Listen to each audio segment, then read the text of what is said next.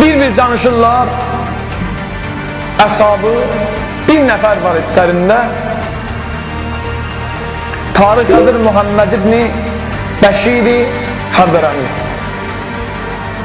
Bunun bir övladı var.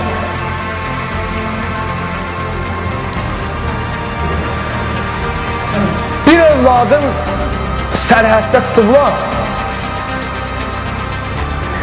Anası görüb oğlu həbs olunub, xəbər göndərib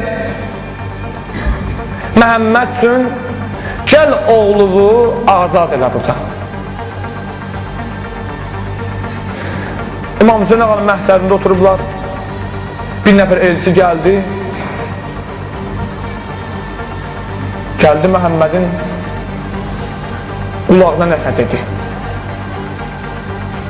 O da əhəmiyyət vermədi, dedi, get.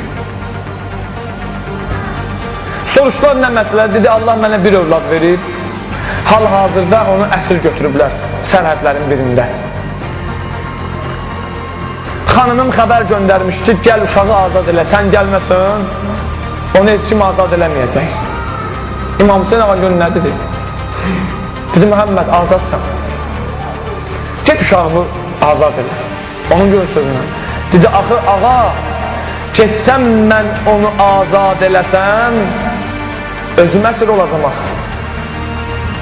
Ağı getsəm, övladımı azad eləsəm, səndən ayrılıb əsirliyə düşməyəcəm. Səni burada